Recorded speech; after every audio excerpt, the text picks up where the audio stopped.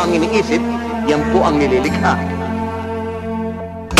Hindi lahat ng salitang tama ay tumatama. May hinala na tama, meron din tamang hinala. May tama sa ulo, literal na sira ulo. Yung iba sobrang talino, puro tamang nasa ulo. Hindi lahat ng tama, kabaliktaran mali. Meron din amas na halos hindi ka mapakali. Si Whitney namatay sa sobrang tama, si Ninoy namatay sa naiya. Meron siyang tama, ano tama? May tama na magkakaroon ka ng pasa sa buo mong katawan at yung iba namamaga. May tama na magkakaroon ka ng pasa sa ilalim ng iyong mata kasi umaga na pala. Tinamaan ka ng tama na kaya kang puyatin. Hindi ko trip yung tama, ayoko nang ulitin. May tama na ayoko na. May mga tama din na gusto ko pa, naloko na.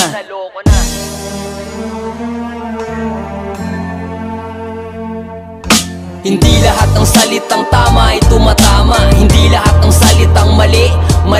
Hindi lahat ng salitang tama ay tumatama. Hindi lahat ng salitang mali. Hindi lahat ng salitang tama ay tumatama. Hindi lahat ng salitang mali. Hindi lahat ng salitang tama ay tumatama. Hindi lahat ng salitang mali.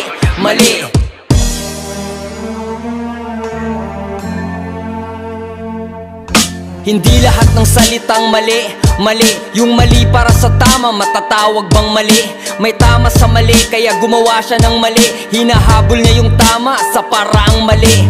Mali ba na ginagawa mong tama ang mali? Makukulong yung tama dahil may pera yung mali.